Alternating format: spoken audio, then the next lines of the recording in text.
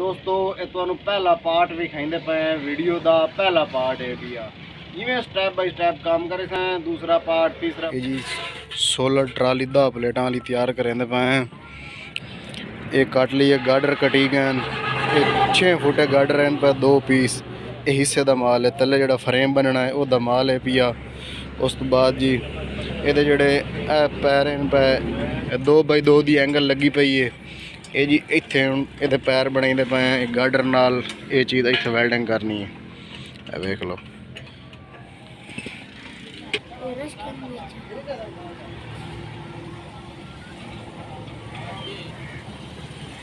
दोस्तों ये भी फ्रेम बनवाइंदे हैं। ये जोड़े साडे कस्टमर आए कल ये भी फ्रेम बनवाइंदे हैं।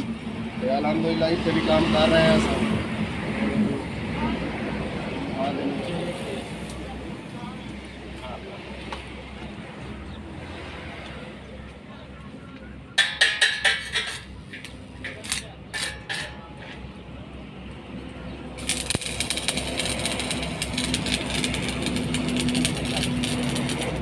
अस्सलाम वालेकुम दोस्तों, मेरा यूट्यूब चैनल पे देखो अली हसन हार्डवेयर इंजीनियर। ये जी असा 16 ट्राली तैयार करेंदे पे किताब वाली 10 प्लेटा की ट्राली है वो तैयार करेंदे पे। ये उहदे जेहड़े असा पैर लावणे ये साइड ते ओ लैंदे पे थोड़े जे त्रिछमे लैंदे पे ताकि जेहड़ा है पिया ਜਿਹੜਾ ਬਾਈ ਇਹ ਸਾਡੇ ਕੋਲ ਕਸਟਮਰ ਆਏ ਨੇ ਉਹ ਇਸ 16 ਟਰਾਲੀ ਸਾਡੇ ਕੋਲ ਬਣਵਾ ਰਹੇ ਨੇ। ਉਹਦੇ ਪੈਨ ਬਈ ਸਾਡੇ ਕੋਲ ਛੋਟੀ ਜਿਹੀ ਗੱਲੀ ਹੈ ਪਈ ਅਸਾਂ ਉਹਦੇ ਵਿੱਚ ਲਗਾਉਣਾ ਹੈ।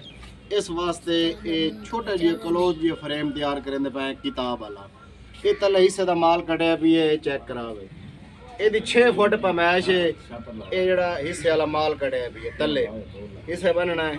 ਉਹਦੇ ਵਿੱਚ ਇਹ ਅਸਾਂ ਗਾਡਰ ਲਾਉਣਾ ਹੈ। ਗਾਡਰ ਚਾਵੇ ਗਾਡਰ ਚਾ ਮਿੰਟ ਲਾ गाडर इत्थे विच फसा इत्थे करके फसावना है। असां इहदा देवना इत्थे कट इत्थे इत्थों हैंड कटर ते कट दे के इहदे विच इह गाडर दी कन्नी फस पई सी। इत्थे विच इत्थे वेल्डिंग हो पई सी। इहदा हिस्सा इत्थे बनी पई सी। इह प्लेट पई है जिहड़ी असां इहदे उत्ते प्लेट रख के इहनूं वेल्डिंग करना ते इहदा मुकम्मल जिवें इहदा काम हो सी स्टैप बाई स्टैप तुहानूं विखा दिसां। बिल्कुल नवां माल ला रहे हैं, कोई पुराना माल नहीं। एक गाडर भी नवे, प्लेट भी नवा है, बाकी भी ये एंगल पई है ये भी नवी है।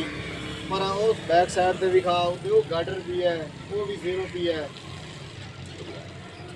ये जी अड्डा फतेहपुर से तैयार कर रहे हैं। दूसरा पैर विखा भाई ये दूसरा तैयार होया ये पहला पैर है वो दूसरा है। ये मुकम्मल जिमें जिमें स्टैप बाई स्टैप अस काम करे सी उन्हें तो विखाई सी। मिस्त्री अली हसन तैयार कर रहे हैं अड्डा फतेहपुर।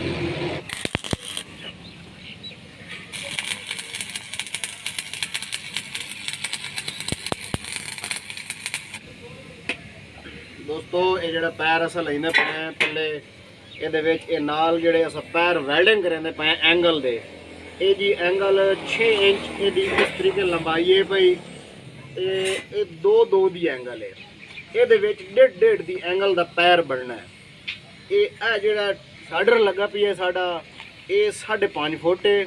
जोड़ा ये गाडर है पिया ये पैरों के इस तरीके इस्तेमाल अस करना है।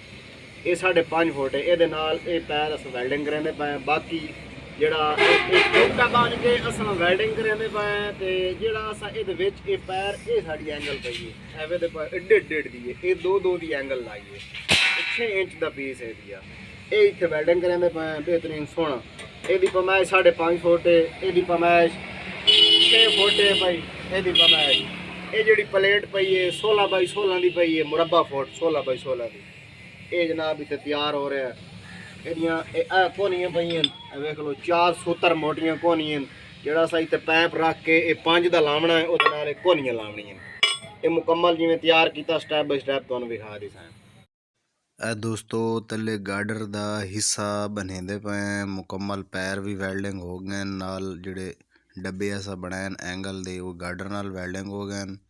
उस तो बाद गाडर दे विच टक दिता हैंड कटर ते बह के ते एदियां हुण साइडां तो पमैश करके ताकि त्रेड़ा ना हो वने इंची टेप नाल एदी पमैश करके बिल्कुल इहदा लेवल वेख के बेहतरीन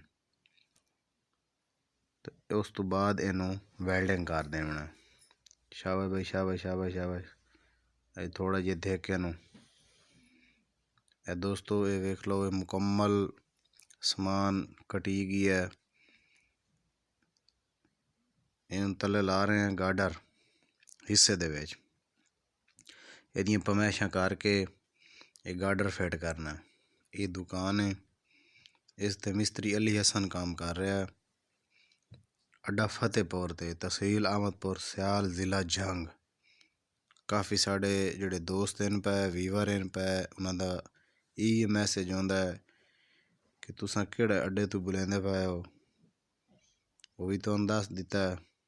ये सिरे बिल्कुल बराबर हो गए। ये पुटीशन तैयार होया पी है, टोच लगे पे वैल्डिंग ऑन करना है। यह पुटीशन है जी, 5 का पैंप लगा हुआ है। यह प्लेट मुरब्बा फुट 16 इंच की लगी हुई है, नाल कोहनियां लगी हुई हैं, वो भी 5 बाई 5 दियां कोहनियां। 4 सूतर प्लेट मोटी है, 4 सूतर कोहनियां। टोच लेंदे पे गाडर ते तले 4 फुट का हिस्सा बनेंदे पे। पमैश यदि 4 फुट है, 6 फुट के लंबे गाडर हैं, 4 फुट चौड़े पमैश रखेंदे पे। बैक साइड ते 5.5 फुट का गाडर है।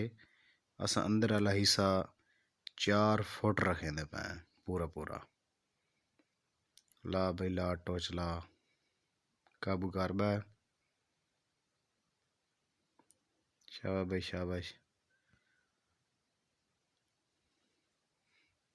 चलो चलो चलो चलो भाई, कनी पूरी करो, उत्थे टोच लाओ। ये दोस्तों ये तले ਇਹਦਾ हिस्सा बन के उस तो बाद ਇਹਦਾ बाकी ਜਿਹੜਾ काम हो सी वो भी ਤੁਹਾਨੂੰ अगली वीडियो च विखा दिसा है। दोस्तों वीडियो अच्छी लगे तो लाइक करना है, साढ़े चैनल को सब्सक्राइब करना है। नेक्स्ट वीडियो से मिलेंगे, तब तक के लिए अल्लाह हाफिज़।